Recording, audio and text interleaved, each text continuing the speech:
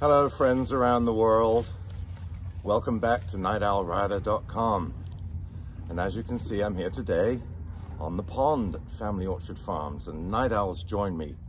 We're watching the ducks and she's eating some of her favorite peanut hay, of course. So meanwhile, I'm going to read you the next chapter from Black Beauty. As you remember, we went through chapter 1 and now we're doing chapter 2 called The Hunt. So I was 2 years old when a circumstance happened which I have never forgotten. It was early in the spring. There'd been a little frost in the night and a light mist still hung over the plantations and meadows. I and the other colts were feeding at the lower part of the field when we heard, quite in the distance, what sounded like the cry of dogs. The oldest of the colts raised his head, pricked his ears and said, "There are hounds," and immediately cantered off, followed by the rest of us to the upper part of the field, where we could look over the hedge and see several fields beyond us.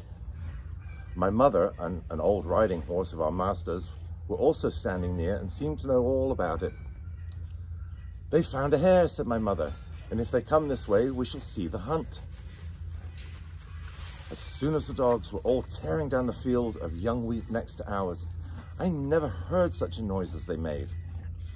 They did not bark, nor howl, nor whine, but kept on a yo, yo, whoa, yo, yo, whoa at the top of their voices.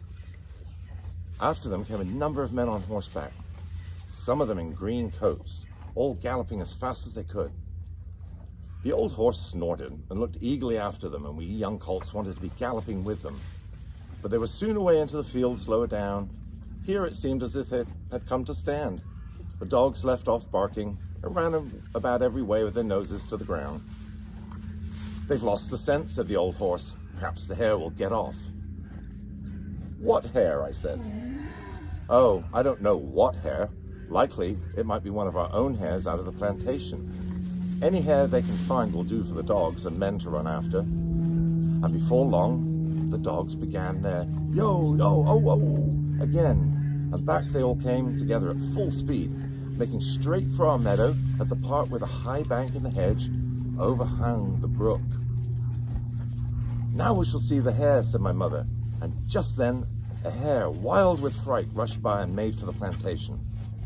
On came the dogs, and they burst over the bank, leapt the stream, and came dashing across the field, followed by the huntsmen. 6 or 8 men leapt their horses clean over, close upon the dogs. The hare tried to get through the fence. It was too thick, and she turned sharp round to make for the road, but it was too late.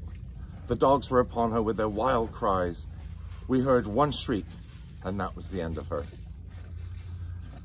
One of the huntsmen rode up and whipped off the dogs, who would soon have torn her to pieces. He held her up by the leg, torn and bleeding, and all the gentlemen seemed well pleased. As for me, I was so astonished that I did not at first see what was going on by the brook. But when I did take a look, there was a sad sight. 2 fine horses were down. One was struggling in the stream, and the other was groaning on the grass. One of the riders was getting out of the water covered with mud, and the other lay quite still. "His neck is broken," said my mother. "And serves him right too," said one of the colts. I thought the same, but my mother did not join with us. "Well, no," she said. "You must not say that.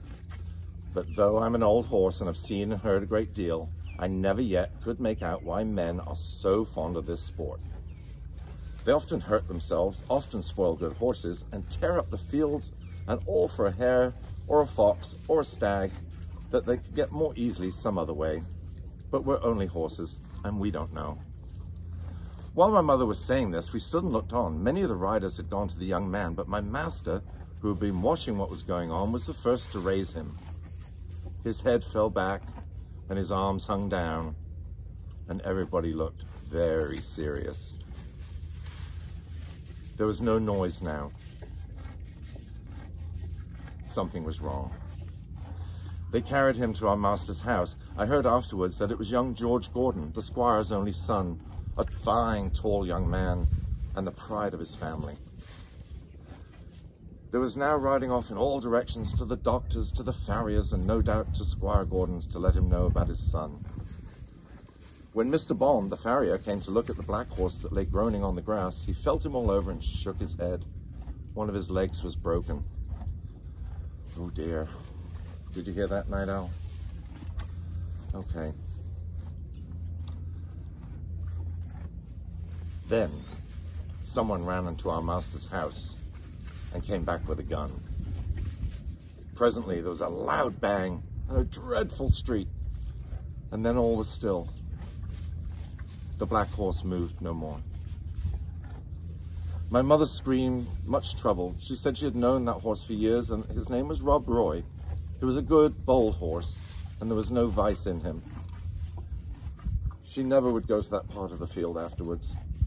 Not many days after, we heard the church bell tolling for a long time, and looking over the gate, we saw a long, strange black coach that was covered with black cloth and was drawn by black horses. After that came another and another and another, and all were black, while the bells kept tolling, tolling. They were carrying young Gordon to the churchyard to bury him. He would never ride again.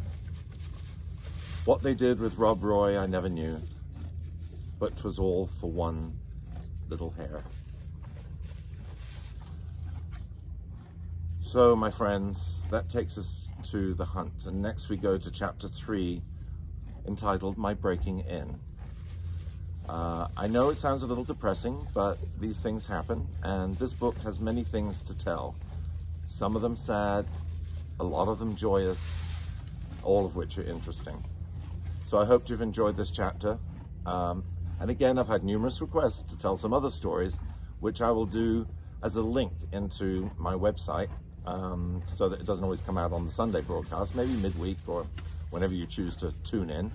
And I don't know, give me some suggestions. You can email me. It's Phillip with 2 L's, Phillip at nightowlrider.com. Thank you for tuning in. Peace and love. Night Owl enjoying her peanut hay by the pond.